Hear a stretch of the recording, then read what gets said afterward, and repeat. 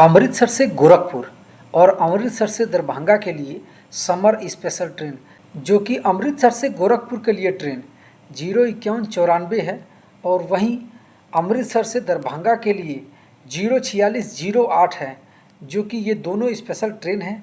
अभी इन दोनों में सीट बहुत ज़्यादा अवेलेबल है। जिस भाई को बिहार और गोरखपुर ट्रैवल करना है, आप इसमें जाकर टिकट कर लीजिए। सीट बहुत अवेलेबल है, आपको ज़रूर मिल जाएगा।